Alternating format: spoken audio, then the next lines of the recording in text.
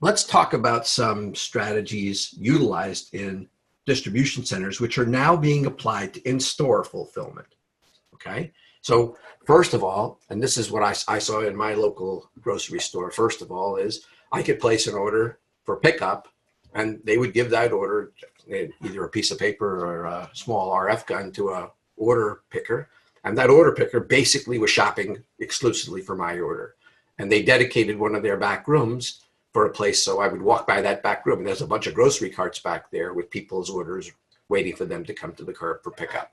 So that was pretty much the first iteration of, a place the order online or on the phone, and then go pick it up. Now that's obviously a loss because they're putting labor in which normally wouldn't have been there. So how do you start to think about making it more efficient? Well, one of the things that we've done in warehouses that you could use in this environment that I've seen somewhat deployed is zone picking. So instead of going out and doing your whole shopping, split the order. Have some people do the dry goods, some people do the frozen goods. In this particular case, the example is, again, taking portions of the store, breaking it up, and shopping in those areas for each of those people. So you could put 2 people onto the order.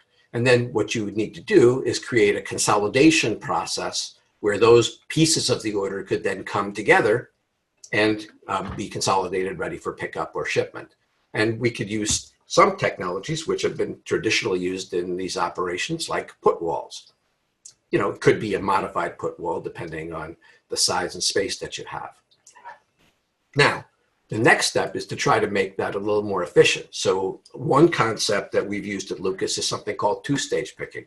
And 2-stage picking is you have a process where instead of going out and picking every item, you might have a group of low velocity or products that are in hard to reach places. For instance, in a grocery store, it's the items that are on the cards hanging above the aisle. Well, you don't want to, that takes extra effort.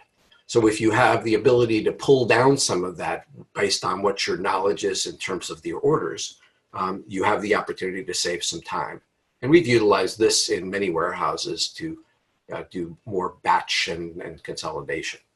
The next step beyond that is to actually batch pick. So now I don't want to go out and pick one order at a time. I want to pick many orders at a time. That was where you're going to start to see real big savings in walk time. But again, you have to design carts that will allow you to have enough cubic space on them to handle the size of the orders. And then you have to have a process that's well-vetted process in place to reconsolidate them. Okay? So a step beyond the normal batch is to do something with optimization. So when you create your batch, for instance, that cart we showed a minute ago had 9 orders on it. Well, if I choose which 9 orders I put on the cart carefully, I should be able to reduce the amount of walk time that I do.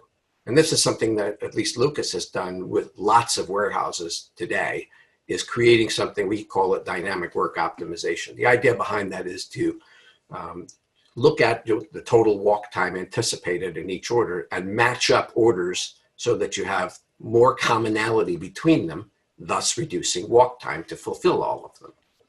Okay? And we've applied different types of technology to do this. So you could do it with RFID scanning displays. You could obviously use voice to direct it, and in some cases even provide perhaps some vision capability. You can, instead of mounting a tablet on the cart, you can use the new breed of glasses that are starting to show up.